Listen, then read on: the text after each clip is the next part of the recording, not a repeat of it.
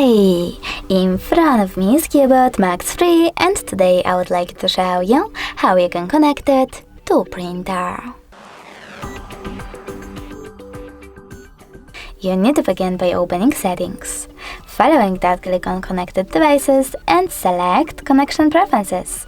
Now you need to click on Printing section and tap on the Footprint service, or choose Add service and install the preferable one. For example, I have HP printer, so I will go with that one.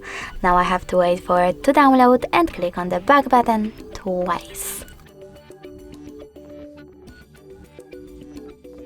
Now click on one of those services and click on this switcher if it's not already on.